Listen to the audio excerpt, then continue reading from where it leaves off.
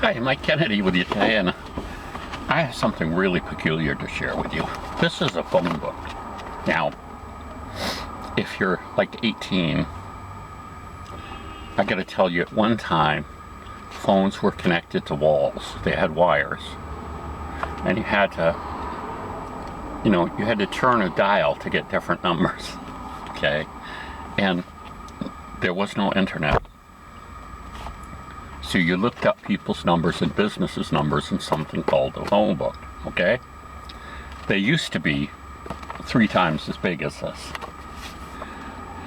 And so we have the internet come up, then we have cell phones come up, and the last phone book I looked at had personal listings. In other words, if you looked up my name, Mike Kennedy, in my town, you could find my home number.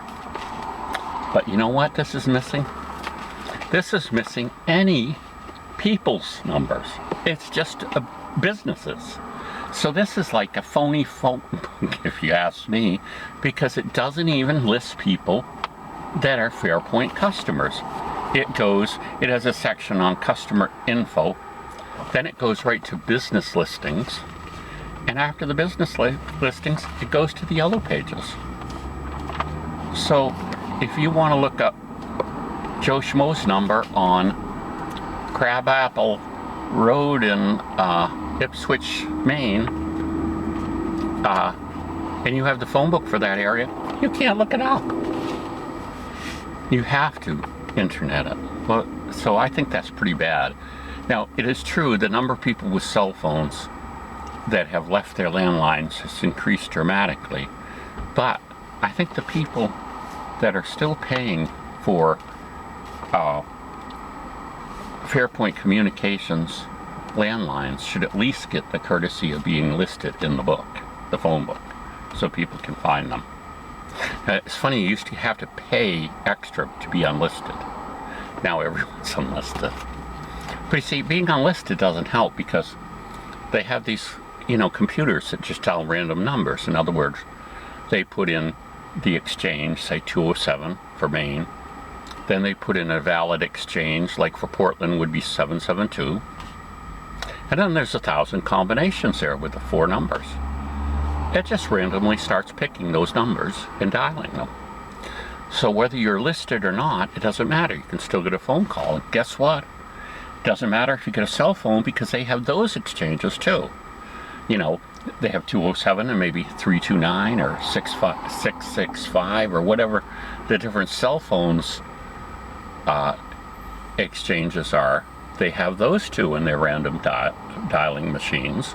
So you can constantly get calls. I can't block calls with my phone, which is a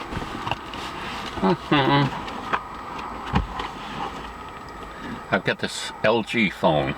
LG, a new phone.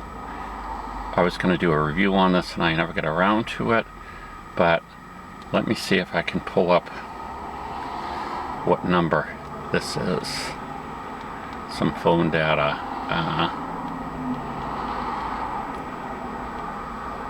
Phone information. This is the LG441G.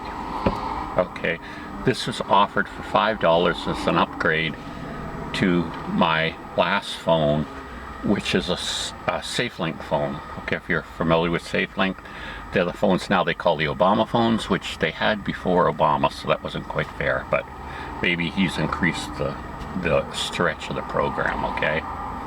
But the LG441G, the first thing that's good about it is it closes.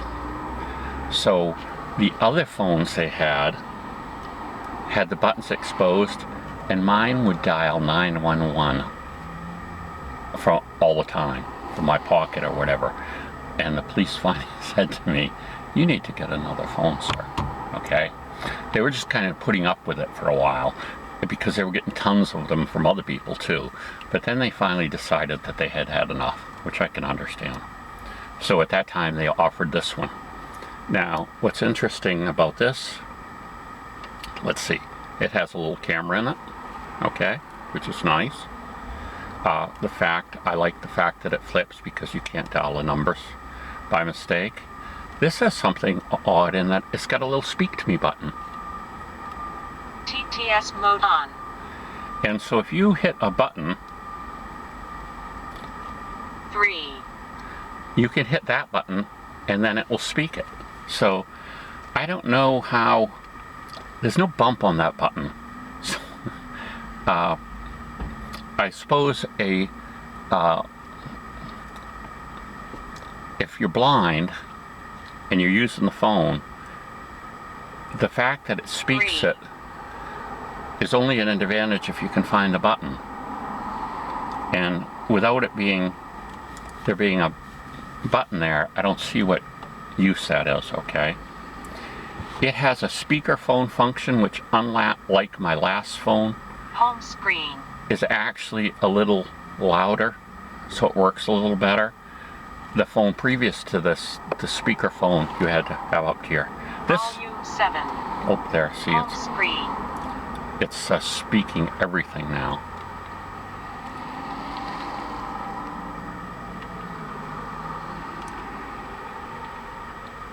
No, it doesn't. Okay. Okay. Home screen. Yeah, see, it's speaking everything now. We're going to turn that off. Okay. Text to speech mode. So you can make it say everything that it does, but like I say, because the buttons, the way the buttons are, I would think it would be hard for a blind person to use it, but blind people are wicked smart with what they can do with their sense of touch. This does have some grooves in it, and maybe that's all they would need to be able to find the things. And there's a couple bumps where the 5 is. One thing I've noticed with this is the buttons are kind of large, but sometimes you have to press on the right side of the button. But overall, I found this phone works very good. It's got the camera that I like. It's got the louder speaker that I like. It can take a SIM card, so you can, a SD card, so you can store more things on it if you want. It goes on the internet, but that I haven't even bothered with that, because when you've got limited minutes, I've always found the browsers in these non-smartphones are really, really bad. And so you basically burn up like 5 minutes trying to get to the page you want to get to, only to find out all the things on that page don't work because it's not really mobile enabled. So what's the point? With a smartphone with unlimited minutes, you have the touch screen and everything and you can do it. But with these types of phones, it just doesn't work as well. This seems to have a really good battery life. It has good signal strength. I have no problem with that. I've even forgotten to take the little plastic thing off there, off the screen. I guess I'm going to leave it right on there. But so all in all, I'd say this phone is pretty good. And it connects to 3G networks. That's what it's connecting to now, it says, and we're getting 2 bars. It's telling me from the outside little screen that the sound is on. The battery's 2/3 power. It's 1258. If I hit the button, the volume button that's on the outside, I found it's 428 and it's Thursday. Also, that screen will be used to tell you if you've got a message or something like that. So all in all, I give this a very positive rating, and it's very much above the SafeLink phone that they had before. And like I say, it was only $4 and something to switch. Although I haven't figured out how to set up the voicemail. It seems like what was in the instruction books is different than what's on the phone. So there you have, you get your clunky review of the clunky phone book from Fairpoint in Portland, Maine, which doesn't have any personal numbers in it. And then you've got the review of the LG441G SafeLink phone. I suppose you could use it with other things too.